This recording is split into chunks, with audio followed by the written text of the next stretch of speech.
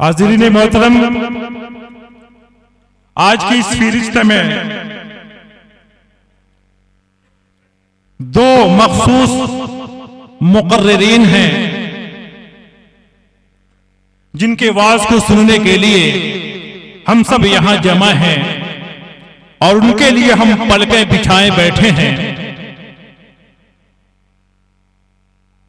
پہلا نام حضرت مولانا مفتی عمر فاروق صاحب قاسمی بلند شہری مدظ اللہ العلی ہے، مرکزی نگراں ادارہ دینیات مکاتب ممبئی۔ ان کا وعظ ہونا ہے۔ قبل اس کے کہ ہم ان کو آپ کے روبرو کریں، آپ حضرات انتہائی سنجیدگی کے ساتھ بیٹھیں اور خاموشی کا مظاہرہ کریں۔ بچے ادھر ادھر نہ جائیں، بچے بھی انتہائی خاموشی کے ساتھ بیٹھیں۔ اب میں بلا تاخیر مہمان مکرم حضرت مولانا مفتی عمر فاروق صاحب دامت برکاتہم کو آپ کے روبرو کر رہا ہوں۔ میری ان سے گزارش ہے کہ وہ تشریف لے آئیں اور اپنے ملفوظات عالیہ سے ہم سامعین کو محظوظ فرمائیں۔ حضرت مولانا مفتی عمر فاروق صاحب دامت برکاتہم مائک پہ۔ بسم اللہ الرحمن الرحیم۔ الحمد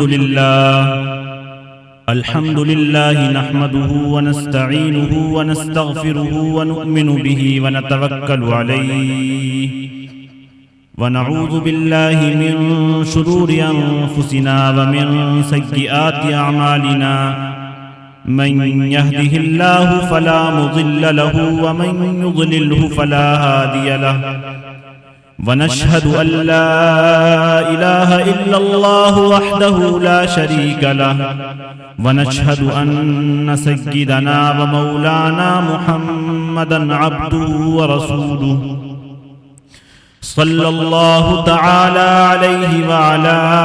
آله وأصحابه وبارك وسلم تسليما كثيرا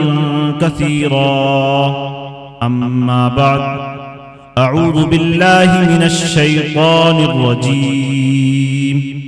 بسم الله الرحمن الرحيم۔ أم كنتم شهداء إذ حضر يعقوب الموت إذ قال لبنيه ما تعبدون من بعدي قالوا نعبد إلهك وإله آبائك إبراهيم وإسماعيل وإسحاق إلها واحدا ونحن له مسلمون۔ وقال الله تبارك وتعالى في مقام آخر: زُيِّنَ لِلنَّاسِ حُبُّ الشَّهَوَاتِ مِنَ النِّسَاءِ وَالْبَنِينَ وَالْقَنَاطِيرِ الْمُقَنطَرَةِ إِلَى آخِرِ الْآيَةِ۔ صدق الله العظيم۔ وقال النبي صلى الله تعالى عليه وسلم: ما من عبد يسترعيه الله رعية ثم يموت يوم يموت وهو غاش لرعيته إلا كما حرم الله عليه الجنة ومأواه النار أو كما قال عليه الصلاة والسلام۔ لاکھ آندھیوں نے کفر کی اپنا پتہ دیا، لاکھ آندھیوں نے کفر کی اپنا پتہ دیا، لیکن نبی کے دین کا روشن رہا دیا۔ دے کر خدا نے تاج شفاعت کا آپ کو محشر میں عاصیوں کا سہارا بنا دیا۔ عظمت درے رسول کی ہم سے نہ پوچھئے، عظمت درے رسول کی ہم سے نہ پوچھئے، جبریل نے بھی آ کے جبیں کو جھکا دیا۔ بو جہل بیچتا تھا اندھوں کو آئینہ، بو جہل بیچتا تھا اندھوں کو آئینہ، آقا نے اس دکان میں تالا لگا دیا اور اپنے گلے لگا کے نبی نے بلال کو، اپنے گلے لگا کے نبی نے بلال کو دنیا سے کالے گورے کا جھگڑا مٹا دیا۔ ہم کو مقتل سے بہرحال گزرنا ہوگا، ہم کو مقتل سے بہرحال گزرنا ہوگا، بچ گئے ہم تو کسی اور کو مرنا ہوگا۔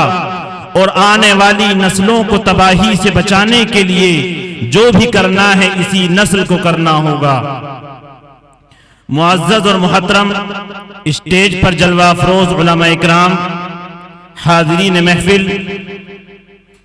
یہ پورا پروگرام آپ بہت سنجیدگی کے ساتھ دیکھ رہے ہیں۔ آپ کے سامنے بچوں نے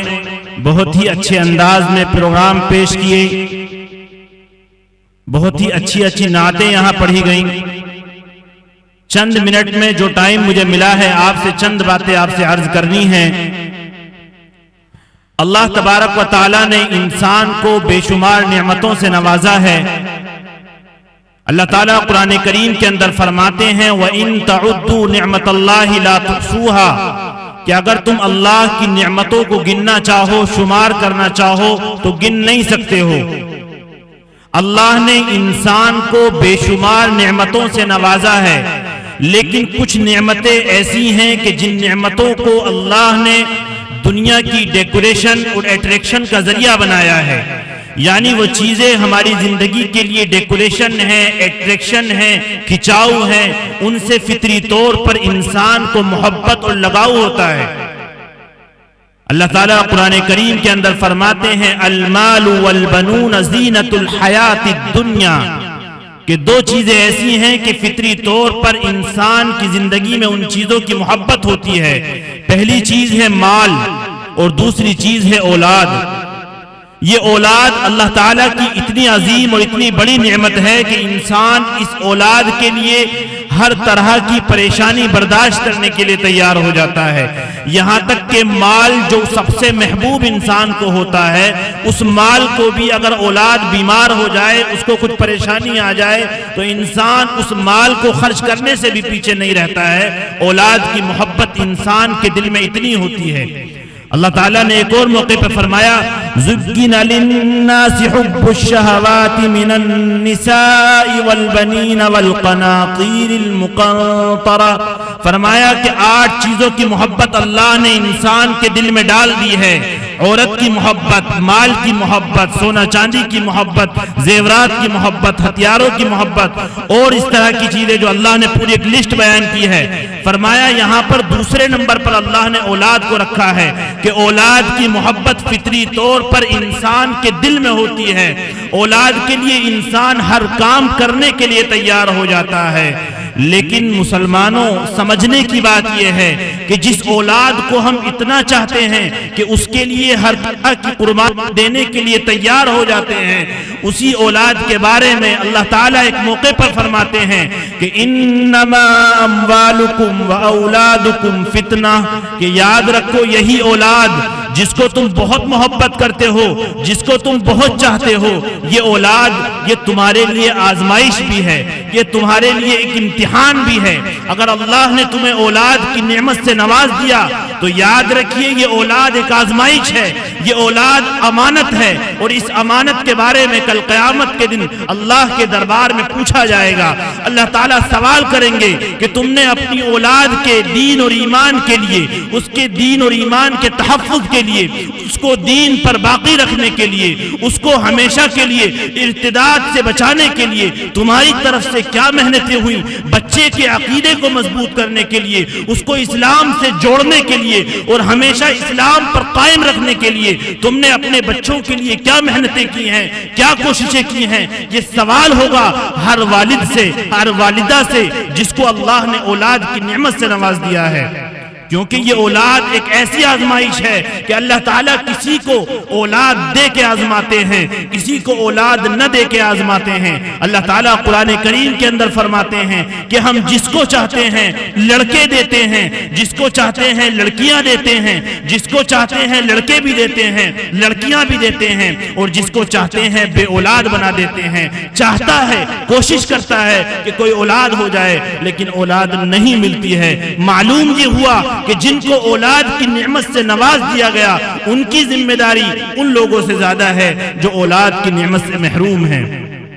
لہذا اگر اللہ نے آپ کو صاحب اولاد بنایا ہے تو آپ کی یہ ذمہ داری ہے کہ اپنی اولاد کی فکر کیجئے، اپنی اولاد کے ذہن کو بچپن سے اسلامی بنانے کے لیے، اس کو دین پر قائم رکھنے کے لیے جو محنت، جو کوشش ہو سکتی ہے وہ کیجئے، اور اولاد کے لیے وہ فکر ہمارے دلوں میں وہ کڑھن ہونی چاہیے جو اللہ تبارک و تعالی نے حضرت یعقوب علیہ السلام کے تعلق سے قرآن کریم کے اندر بیان کی ہے۔ میں نے آپ کے سامنے قرآن کریم کی ایک آیت پڑھی، اللہ تعالیٰ فرماتے ہیں ام کنتم شہداء اذ حضر یعقوب الموت، کہ جب حضرت یعقوب کی موت کا وقت آیا، ان کے انتقال کا وقت آیا، تو انہوں نے اپنے زندگی بھر کے سرمایے کو جو اولاد کی شکل میں ان کے سامنے تھا، جانتے ہو حضرت یعقوب کون ہیں؟ حضرت یعقوب وہ ہیں جن کے والد بھی نبی، جن کے دادا بھی نبی، جن کے خاندان میں حضرت اسماعیل بھی نبی، جن کے بیٹے حضرت یوسف بھی نبی، یعنی جس خاندان میں نبوت اتنی زیادہ ہے، اس کے باوجود اس والد کی فکر کیا ہے، اس والد کی کڑھن کیا ہے، اس والد کا انتقال کے وقت اپنی اولاد کے لیے جو کڑھن، جو درد ہے، وہ اللہ تعالیٰ قرآن کریم کے اندر بیان فرما رہے ہیں۔ فرمایا کہ جب حضرت یعقوب کے انتقال کا وقت آیا تو اپنی جمع پونجی کو، اپنی اولاد کو اپنے پاس جمع کیا، اور جمع کرنے کے بعد کیا کہا کہ بیٹو اگرچہ مجھے معلوم ہے کہ یہ گھرانہ نبوت کا گھرانہ ہے، لیکن مجھے پھر بھی یہ ڈر ستائے رہتا ہے کہ میرے اس دنیا سے جانے کے بعد، میرے اس دنیا سے چلے جانے کے بعد اس گھر میں عبادت کس کی ہوگی، اس گھر میں یہ سر کس کے آگے جھکایا جائے گا۔ علماء اکرام نے لکھا ہے کہ حضرت یعقوب علیہ السلام چونکہ جس ملک میں تھے وہ ملک مصر تھا، اس ملک کی اکثریت آبادی مشرکین کی تھی، وہاں کے مسلمان میجورٹی میں نہیں تھے بلکہ مائنورٹی میں تھے، وہاں مسلمان اور توحید پرستوں کی تعداد کم تھی، دوسرے مشرکین کی تعداد زیادہ تھی۔ کچھ لوگ وہاں ایسے تھے جو ستاروں کو پوجا کرتے تھے، کچھ لوگ ایسے تھے جو دوسرے معبودوں کی عبادت کیا کرتے تھے۔ تو حضرت یعقوب کو یہ ڈر تھا کہ کہیں ایسا نہ ہو کہ میرے جانے کے بعد میری اس اولاد کو اور ان چند مٹھی پر توحید پرست لوگوں کو یہاں کی میجورٹی اور یہاں کی اکثریت آبادی اپنے اندر ملا لے۔ آج کچھ کہنے کی ضرورت نہیں ہے، ہمیں دیکھنا ہے کہ ہمارے ملک میں موجودہ حالات جس طرح پیش آ رہے ہیں، ان حالات میں والدین اپنی ذمہ داریوں کو سمجھیں۔ اگر وہ یہ چاہتے ہیں کہ ہماری اولادیں ہمارے جانے کے بعد دین پر قائم رہیں اور مرتے وقت تک دین پر قائم رہیں، تو اس کی فکر آج سے اور ابھی سے کرنی ہوگی، چونکہ یہی وہ بچے ہیں کل جب بڑے ہوں گے تو جن کو آج آپ اپنے بڑھاپے کا سہارا سمجھ رہے ہیں، اگر آج ان بچوں کی ذہنی تربیت اسلامی نہیں کی گئی تو یہی بچے جب بڑے ہوں گے تو اپنے مذہب کا مذاق اڑائیں گے، یہی بچے جب بڑے ہوں گے۔ آج ہم دیکھتے ہیں، کوئی ایسی بات نہیں ہے کہ اپنی طرف سے ہوا ہوائی ہو، آج آپ میں سے ہر ایک آدمی موبائل چلاتا ہے، نیوز دیکھتا ہے، نیوز کی ڈیبیٹ میں بولنے والے نوجوان ہمارے اور آپ کے گھروں کی پیداوار ہیں، وہ ہمارے اور آپ کے گھروں میں پیدا ہوئے ہیں، مسلمان ہیں لیکن اسلام کے خلاف بول رہے ہیں، نام رکھ لیا مسلمانوں جیسا، لیکن اسلام کے خلاف، شریعت کے خلاف ٹی وی کی ڈیبیٹ میں بولتے ہیں، ہم اور آپ دیکھتے ہیں لیکن کچھ کر نہیں سکتے ہیں۔ کون ہے وہ نوجوان؟ وہ ہمارے اور آپ کے گھروں کے پیدا ہوئے ہیں، لیکن فرق یہ ہے کہ ان کے ماں باپ نے ان کے ذہن کو بچپن سے اسلامی نہیں بنایا، جس کی وجہ سے آج ماں باپ شرمندہ ہوتے ہیں کہ ہم نے کس اولاد کو جنم دے دیا جو اپنے مذہب پر سوال کھڑا کر رہی ہے، جو نبی کی شان میں گستاخیاں کر رہی ہے۔ ایسے کتنے نوجوان ہیں جو آج ٹی وی کی ڈیبیٹ میں نظر آتے ہیں۔ تو مسلمانوں، اگر ہم یہ چاہتے ہیں کہ ہماری نسلیں دین پر قائم رہیں تو ہمیں اپنے بچوں کی بچپن سے فکر کرنی پڑے گی، بچپن سے ان کے ذہن کو اسلامی بنانے کی کوشش کرنا پڑے گا۔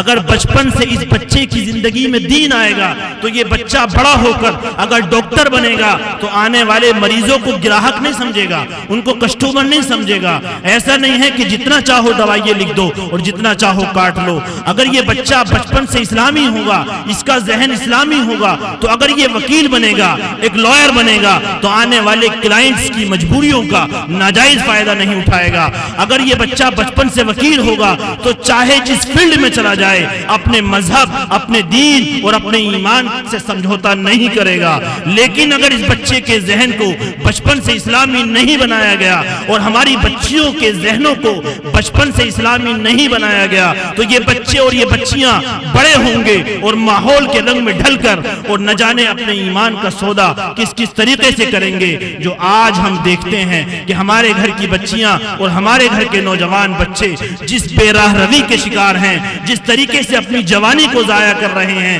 ہمارے نوجوان بچے کس طریقے سے آج پورا وقت ضائع کر رہے ہیں، نہ ان کے سامنے کوئی مشن ہے، نہ کوئی مقصد ہے، نہ زندگی گزارنے کا کوئی طریقہ ہے، بس زندگی کٹ رہی ہے، کاٹ رہے ہیں۔ موبائل میں گیم کھیل کے وقت کاٹا جا رہا ہے، موبائل میں جوئے کے ذریعے سے، لاٹری کی شکلوں میں، اور نہ جانے آج کیسے کیسے اپلیکیشن آ گئے ہیں جن اپلیکیشنوں کے ذریعے سے نوجوان گھروں میں بیٹھ کر سٹا کھیل رہے ہیں، جوا کھیل رہے ہیں اور پیسہ کما رہے ہیں۔ ماں باپ کو احساس تک نہیں ہے۔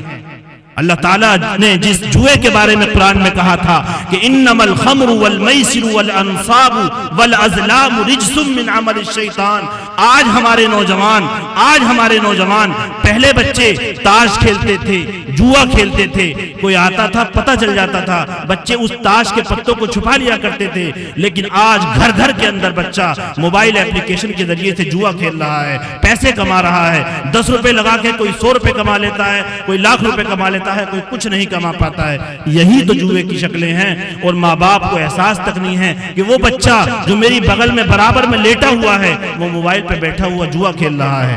کتنے ماں باپ کو احساس تک نہیں ہے، وہ اپنی جوانی کو ضائع کر رہے ہیں، نہ ان کے سامنے کوئی مشن ہے، نہ مقصد ہے۔ یہ ماں باپ کو سمجھنے کی ضرورت ہے کہ حضرت یعقوب جو نبی ہیں، جن کے خاندان میں اتنے نبی ہیں، اس کے باوجود ان کی فکر کیا ہے کہ وہ اپنی اولاد کو جمع کر کے کہتے ہیں کہ بتاؤ میرے اس دنیا سے جانے کے بعد اس گھر میں عبادت کس کی جائے گی، اس گھر میں یہ سر کس کے سامنے جھکے گا۔ تو ان کی فرما بردار اولاد بھلا کیا جواب دے سکتی تھی؟ فرما بردار اولاد سے جس جواب کی امید کی جا سکتی تھی وہی جواب اس اولاد نے دیا۔ فرمایا نعبد الہک و الہ آبائک ابراہیم و اسماعیل و اسحاق الہا واحدا۔ فرمایا کہ ابا جان آپ فکر نہ کیجئے، ہم اسی ایک اللہ کی عبادت کریں گے جس کی آپ کے آبا و اجداد ابراہیم، اسحاق جس معبود کو پوجتے ہیں، جس معبود کی عبادت کرتے ہیں، ہم بھی اسی ایک اللہ کی عبادت کریں گے۔ وَنَحْنُ لَهُ مُسْلِمُونَ، اور ہم مسلمان بن کے زندگی گزاریں گے، مسلمان بن کے رہیں گے۔ آج کتنے ماں باپ ہیں کہ جن کے انتقال کے وقت میں ان کے ذہن میں یہ بات آتی ہو کہ میرے بعد میرے بچوں کے دین اور ایمان کا کیا ہوگا۔ ان کو تو فکر ہوتی ہے کہ میرے بعد کہیں میرا بچہ اس قابل ہوا یا نہیں ہوا کہ وہ اپنے کاروبار کو سنبھال پا رہا ہے یا نہیں سنبھال پا رہا ہے، میرا بچہ کھیتی باڑی کو صحیح طریقے سے دیکھ پا رہا ہے یا نہیں دیکھ پا رہا ہے، دکان صحیح طریقے سے چلا لیتا ہے یا نہیں چلا پاتا ہے۔ یہ فکر آج ماں باپ کے دل میں ہوتی ہے۔ کتنے ماں باپ ہیں، ہمیں سوچنے کی ضرورت ہے۔ اس لیے میرے پیارے مسلمان بھائیوں، آپ کے یہاں پر اگر یہ دینیات کا نظام شروع کیا گیا ہے، یہ خاص طور سے یہی چیز کو سامنے رکھ کر شروع کیا گیا ہے۔ ماشاءاللہ مدرسے بڑی تعداد میں پورے ملک میں موجود ہیں، لیکن اس کے باوجود ایک بہت بڑی تعداد مسلمانوں کی وہ ہے جو اپنے بچوں کو مدرسہ نہیں بھیجتی ہے، نہ بھیج پاتی ہے، اس کی جو بھی وجوہات ہو سکتی ہوں۔ تو اس لیے ضرورت ہے کہ دینیات کا یہ جو نظام ہے، کہ یہی سوچ کے سن 2003 میں شروع کیا گیا کہ گلی گلی علاقے میں اس طرح کے منظم مکتب قائم ہو جائیں تاکہ ان مکتبوں کے ذریعے سے وہ بچے جو چھوٹے 4 سال 5 سال 6 سال کے بچے ہیں، 7 سال کے بچے ہیں، جو نہ کسی مدرسے میں جا کے پڑھ سکتے ہیں بورڈنگ والے میں، اور نہ ہی ان کو جماعت میں بھیجا جا سکتا ہے، تو ان بچوں کو دین سکھانے کے لیے کوئی نہ کوئی انتظام تو کرنا پڑے گا۔ لہذا یہی چیز سامنے رکھ کر ادارہ دینیات ممبئی نے 2003 میں ممبئی سے یہ نظام مکاتب کا شروع کیا، اور آج الحمدللہ پورے ملک ہندوستان میں تقریباً 20,000 سے زیادہ دینیات کے مکاتب چلتے ہیں، اور پھر صرف ہندوستان ہی نہیں بلکہ تقریباً 32 ملکوں میں دینیات کا یہ نظام چل رہا ہے، اور تقریباً 18 زبانوں میں دینیات کی کتابیں موجود ہیں، تاکہ امت کا کوئی طبقہ بے دین نہ رہ جائے، محروم نہ رہ جائے۔ اس لیے یہاں جتنے نوجوان بیٹھے ہیں یہ نیت کریں کہ آج اگر آپ اپنی جوانی کو کن کن کاموں میں گزار رہے ہو، یہ عہد کر کے اٹھو کہ دین سیکھنا آپ کی بھی ذمہ داری ہے۔ ایسا نہیں ہے کہ کسی انسان کی موت کا ٹائم بڑھاپے میں آتا ہے۔ کرونا نے ہمیں بتا دیا کہ کس حالات میں کبھی بھی موت آ سکتی ہے۔ ایک کرونا جیسی بیماری آئی، لوگ رات کو بیمار ہوتے تھے، صبح انتقال ہو جاتا تھا، پتہ نہیں ہوتا تھا۔ آج کے نوجوان یہ سمجھیں کہ ضروری نہیں ہے کہ ہمارا انتقال بڑھاپے میں ہوگا، بلکہ اپنی جوانی میں تیاری کریں کہ ہم دین کے کتنے مسائل سے ہم واقف ہیں، دین کی ضروری اور بیسک اور بنیادی کتنی چیزیں ہماری زندگی میں ہیں۔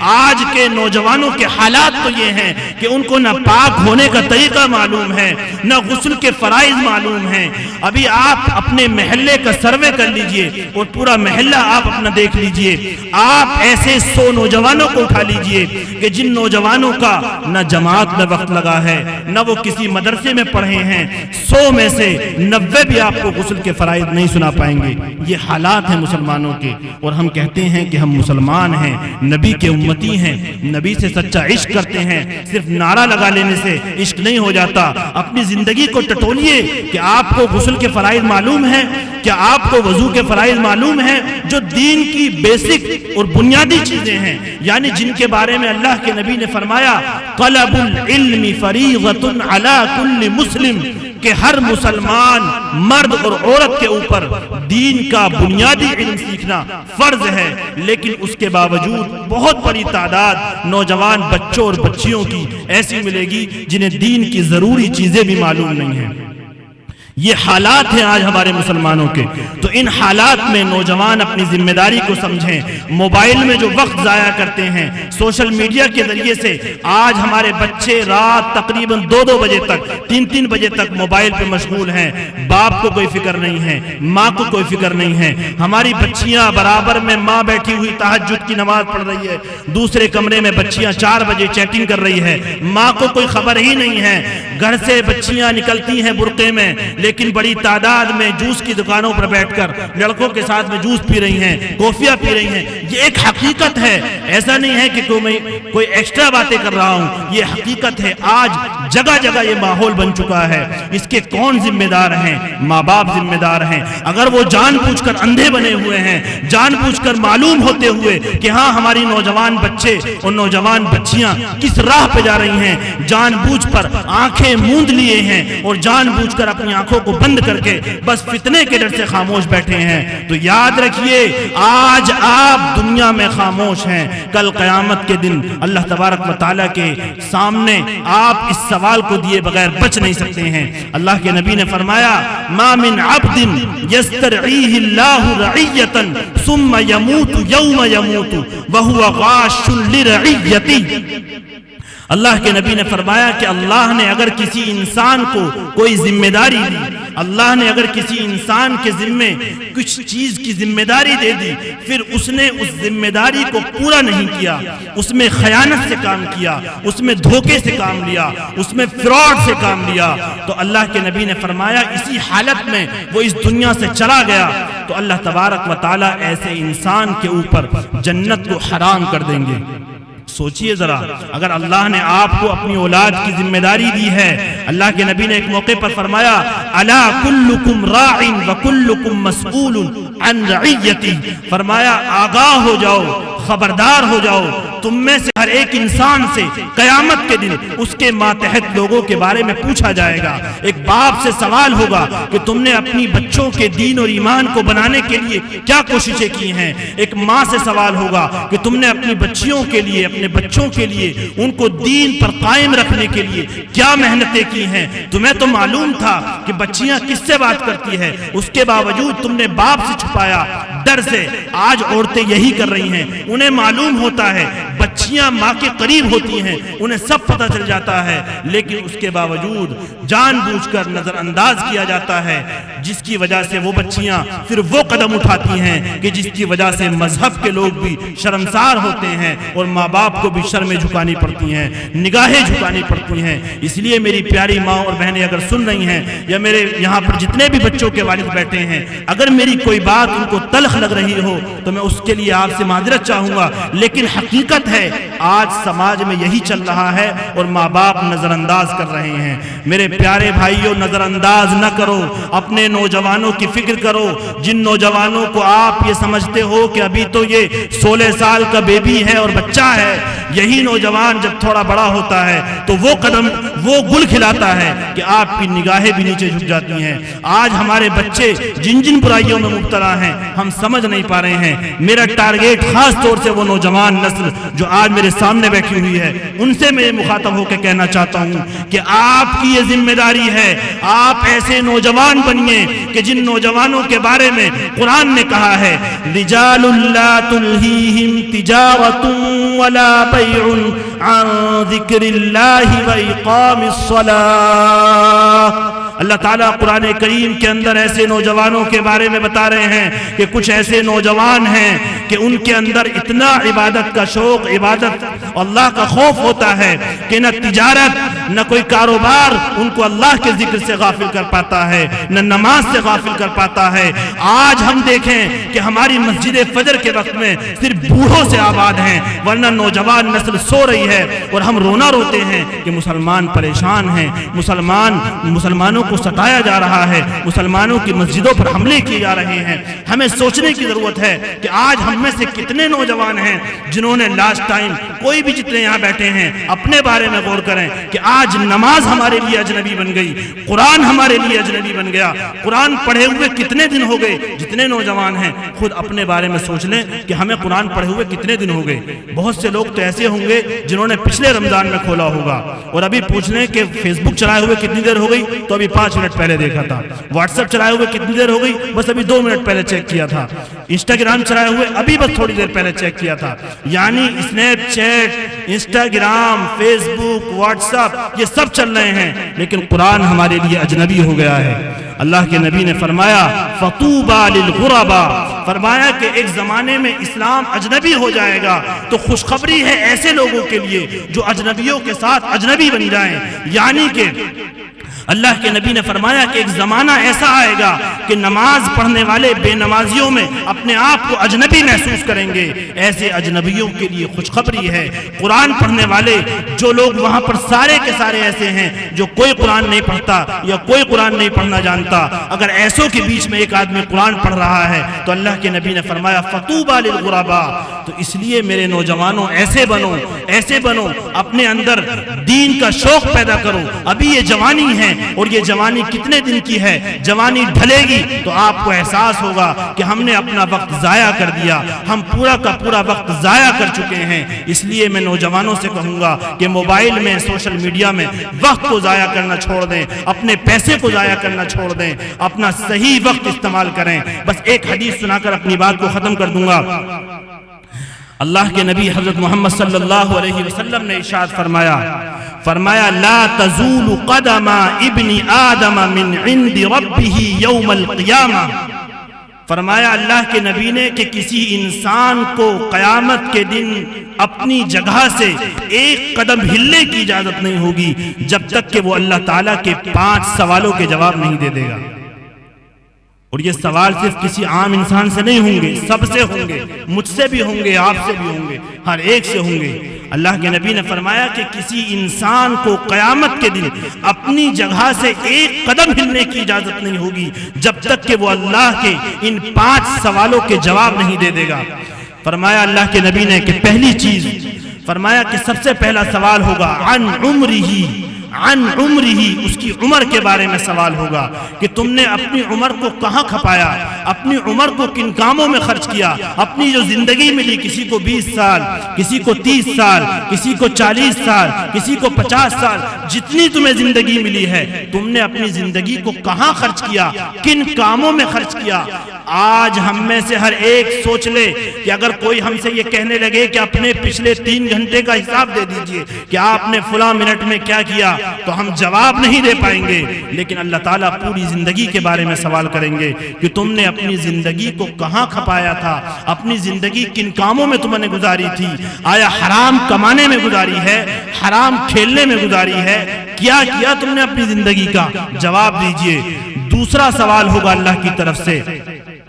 وَعَن شَبَابِهِ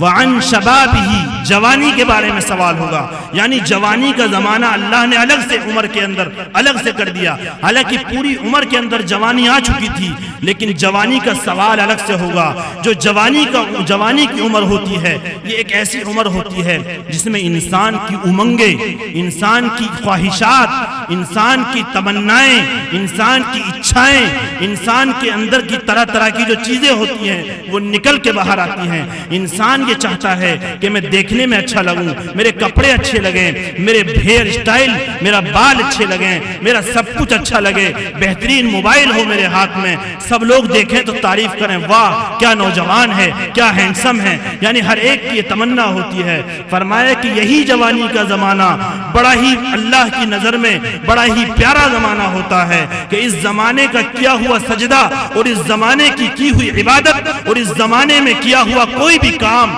یہاں کے سارے جتنے بھی ذمہ دار ہیں جو میں نے دیکھا الحمدللہ سب ابھی نوجوان ہی ہیں، کوئی زیادہ عمر نہیں ہے، جو اس مدرسے کے لیے محنت کر رہے ہیں، یہ ان کے لیے خوشخبری ہے۔ جو خود یہاں کے استاد ہیں مولانا ابو الحسنات ماشاءاللہ، یہ بھی خود جوان ہیں ابھی، یہ ان کے لیے خوشخبری ہے کہ اپنی جوانی کو ایک اچھے کام میں گزار رہے ہیں، ورنہ تو جوانی تو گزرنی ہے، گزر جائے گی، پوچھا جائے گا جوانی کھپائی تو کھپائی کہاں؟ آیا لڑکیوں کے پیچھے سیٹی بجانے میں کھپائی، موبائل پہ گیم کھیلنے میں کھپائی، کہاں وقت برباد کیا بتاؤ؟ یا اچھے کاموں میں وقت برباد کیا یا کہاں وقت برباد کیا بتاؤ؟ اچھی چیزوں میں خرچ کیا تو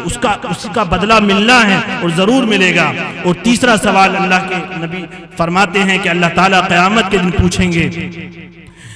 کہ وَعَن مَالِهِ وَعَن مَالِهِ، مال کے بارے میں سوال ہوگا کہ مال من أَيْنَ اكْتَسَبَ، کہ تم نے مال کمایا کہاں سے، جو مال تم نے کمایا ہے اس مال کمانے کے سورسز کیا ہیں؟ آیا رشوت سے کمایا، چوری سے کمایا، حرام سے کمایا، سود سے کمایا، بیاج لے کے، لاٹری سے، کہاں سے پیسہ کمایا، یا حلال بزنس اور کاروبار کر کے کمایا؟ میں نوجوانوں سے یہ کہتا ہوں کہ نوجوانوں اگر تمہیں پیسہ کمانے کا شوق ہے اور یقیناً کمانا چاہیے تو حلال سورسز اپنائیے، امیزون ہیں، فلپکارٹ ہیں، یا اور بہت سی چیزیں ہیں جن کے ذریعے سے آپ جو ہے ریسیلنگ کر کے پیسہ کما سکتے ہیں، اور کوئی پروڈکٹ اپنا بیچیے، آپ اس کے ذریعے سے پیسہ کمائیے۔ لیکن موبائل اپلیکیشن کے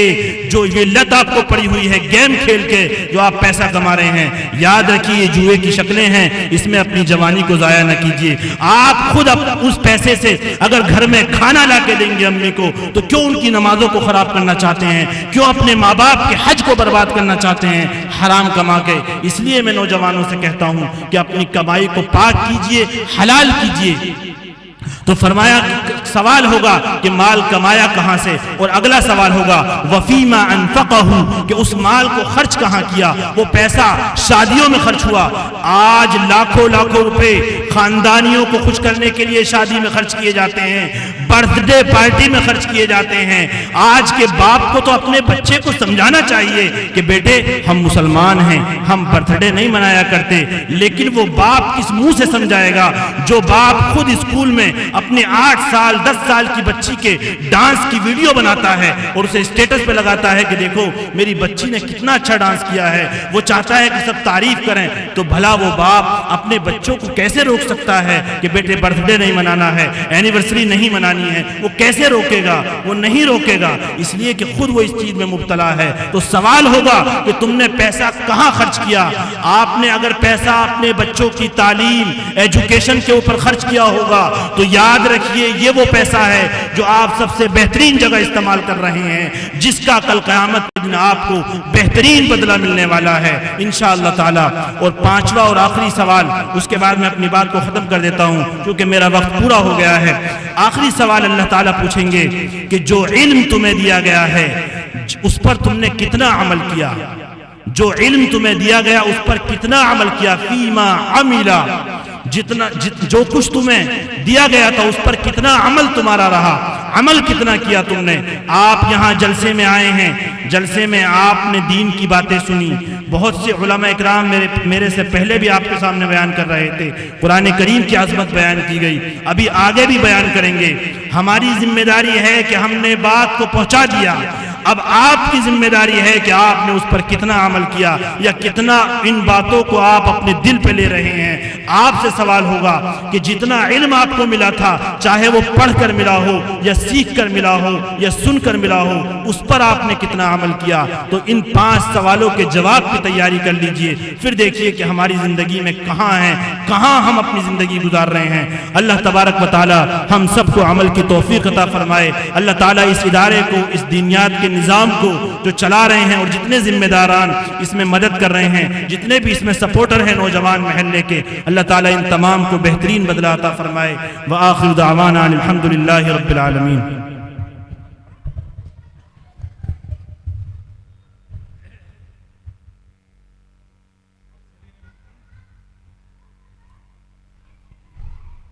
حاضرین محترم، ابھی آپ کے سامنے حضرت مولانا مفتی عمر فاروق صاحب قاسمی دامت برکاتہم اپنا قیمتی بیان پیش کر رہے تھے۔ اگر ہم نے ان کی باتوں پر غور کیا اور دلوں میں جگہ دی تو انشاءاللہ ہمارا فائدہ خوب ہوگا۔ حضرات گرامی،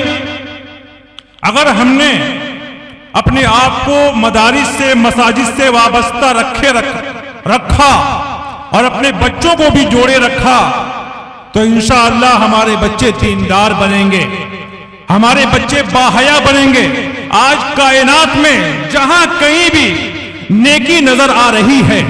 بھلائی دکھ رہی ہے، تو وہ بالواسطہ، بلا واسطہ مدارس کی دین ہے۔ اس لیے حاضرین محترم، ہمارا دینی فریضہ ہے، اخلاقی فریضہ ہے کہ ہم